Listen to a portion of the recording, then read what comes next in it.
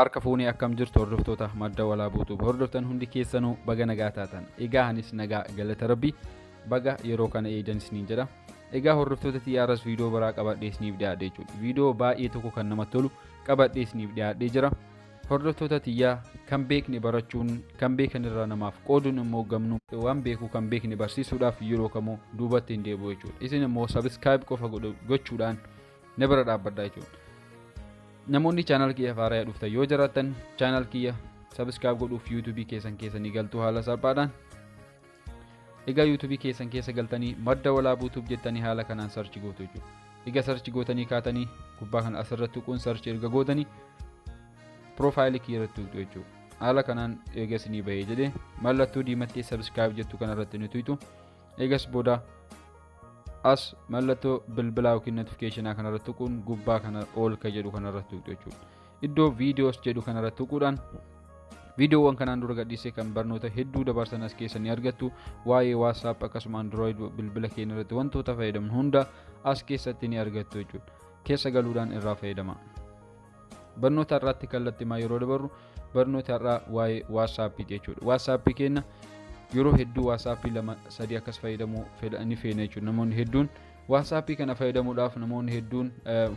WhatsApp businessii GB WhatsApp garaagarummaa WhatsApp qaban fayyadamna jechuudha kanarraa kun immoo WhatsApp ma normaalii keenya fakkeenyaaf WhatsApp ma kana kan fayyadamnu kana akkamitti osoo aappii tokkollee gadi hin buusin WhatsApp ma normaalii fayyadamnu kana isa lama goonee akkamitti fayyadamuu dandeenya ka jedhu qabadheesniif dhiyaadhe jechuudha so kallattiimaan isin garsiisan wajjin tura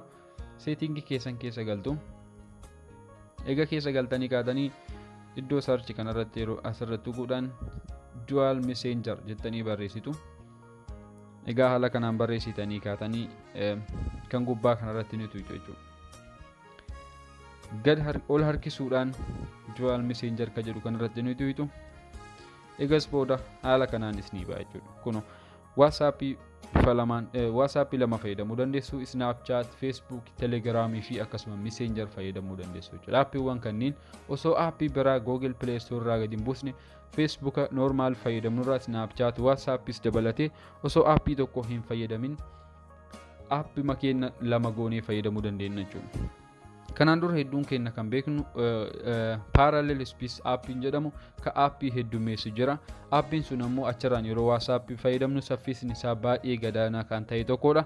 haala kanaan immoo yoo kan gabbuuftan ta'e WhatsAppiin keessan bifuma wal fakkaatuun WhatsApp normaaliidhaan garaagarummaa hin qabu jechuudha so fakkeenyaaf iddoo kanarratti taatu nu install godhuudhaaf install second WhatsApp app jedha you will be able to use a different account in the second app WhatsApp lammaffaa irratti bilbila addaa yookiin bilbila garaagara fayyadamuu dandeessaa jechuudha WhatsApp normaalii lama kan gabbuuste kanarratti bilbila garaagaraa fayyadamuu dandeessaa jechuudha so install kan jedhu kana ni tuqna haala kanaan install ta'aa jira jechuudha aappiin keenya osoo Google Play Store irraa waan tokko hin godhin download jedhee jira jechuudha kun haala kanaan egaa kun WhatsAppiin tokko asumarratti argina WhatsApp lammaffaa kan amma gabbu'e kuno haala kanaan asitti arganne jechuudha hordoftoota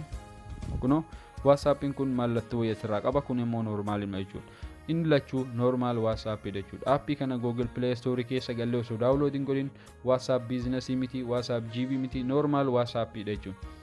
so yeroo bannus keessa galee yeroo bannus akkuma WhatsApp normaalitti daddafeeti waan hunda nuuf dalaga kuno asirra contact tuquudhaan bilbila keessan asirra galchitanii banachuu dandeessu biyyoota barbaadan namoonni jirtan kun haala argaa jirtan kanaan WhatsApp ma normaaliin tokkuma jechuudha so baay'ee tokko namatti tola keessa galuun haala amma isin garsiise kanaan irraa fayyadama akkasuma immoo Facebook haala kanaan fayyadamuu dandeessu Messenger Snapchat fi Telegramis fayyadamuu dandeessu aappiiwwan tokkollee osoo download hin goone WhatsApp makeenya kana normaalii